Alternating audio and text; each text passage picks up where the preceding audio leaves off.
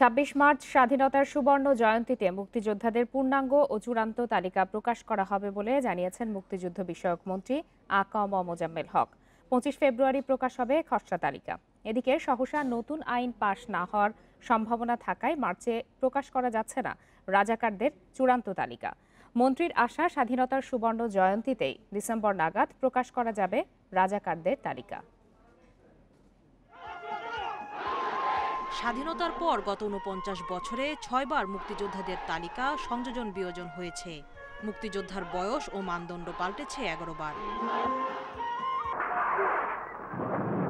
গত ২ জুন নতুন করে ১,২৫৬ জনকে বীর মুক্তিযোদ্ধার স্বীকৃতি দিয়ে গেজেট প্রকাশ করে সরকার। তাদের নিয়ে স্বীকৃতি পাওয়া বীর মুক্তিযোদ্ধার সংখ্যা দাঁড়িয়েছে ২,০৩,০৫৬ জন। তবে যাচাই বাছাই প্রক্রিয়া অব্যাহত থাকায় এটাকে প্রকৃত সংখ্যা বলা যাচ্ছে না। একজনের নাম একাধিক দলিলে থাকায় প্রকৃতপক্ষে ওই সংখ্যা ১,৭০,০০০-এর বেশি হবে না বলেই মনে করেন মুক্তিযুদ্ধ বিষয়ক মন্ত্রী।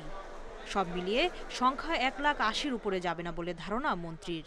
খসড়া তালিকা প্রকাশ করব ২৫শে ফেব্রুয়ারি এবং ১ মাস সময় দেওয়া হবে, ৩ সপ্তাহ। যাদের কোনো ভুল ত্রুটি নামের মধ্যে থেকে থাকে, কারো বার্থডে, জন্মদিন, বাবার নাম, মায়ের নাম, নিজের নাম, যে কোনো বানান ভুল থাকে, আইডি নাম্বার ভুল থাকে ইত্যাদি সংশোধন করার জন্য আমরা ওয়েবসাইটে প্রকাশ করব। তো আমরা ২৬শে মার্চ ইনশাল্লাহ প্রকাশ করে দেবো। মাননীয় মন্ত্রীর ভাষ্য অনুযায়ী আমরা ২৬শে মার্চের মধ্যেই হয়তো এই মুক্তিযোদ্ধাদের তালিকা প্রকাশ করব, এবং সেটা কিন্তু একসঙ্গে সব করব তা নয়, এটা কিন্তু পর্যায়ক্রমে এই তালিকা প্রকাশ করা হবে। মুক্তিযুদ্ধের বিরোধিতাকারীদের তালিকা প্রকাশের বিধান যুক্ত করে জাতীয় মুক্তিযোদ্ধা কাউন্সিল আইন নামে একটি নতুন আইন করা হচ্ছে। তবে বর্তমানে সংসদের কোনো অধিবেশন না থাকায় আইন পাশ করতে সময় লাগবে, তাই মার্চে প্রকাশ করা যাচ্ছে না রাজাকারদের তালিকা। রাজাকারটা এই সংসদে সেই আইনটা পাশ হয়নি সময়ের অভাবে।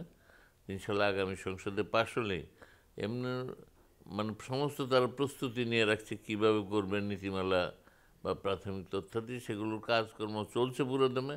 আইনটা পাশ হলেই হয়তো আইন পাশ হলে আমরা মনে হয় ১৫-২০ দিনের মধ্যে, ১ মাসের মধ্যে তারা সেটা প্রচার করে দিতে পারবে। এবছর ডিসেম্বরের আগেই হবে ইনশাল্লাহ। ইতিমধ্যে ৬টা জেলার তালিকা আমাদের প্রস্তুত হয়ে গেছে। এখন এটাকে আমরা পাঠিয়ে দেবো বিভিন্ন উপজেলায়, আমাদের যারা কমান্ডার আছেন এবং ওখানে যারা তারাই এটাকে মূলত যাচাই বাছাই করে আমাদের কাছে পাঠাবেন। যারা মিথ্যা তথ্য দিয়ে মুক্তিযোদ্ধার সনদ নিয়ে রাষ্ট্রীয় সুযোগ সুবিধা নিয়েছে তাদের বিরুদ্ধেও ব্যবস্থা নেওয়ার বিধান থাকছে প্রস্তাবিত এই আইনে। সুলতানা জাহান মিতু, ইন্ডিপেন্ডেন্ট নিউজ, ঢাকা।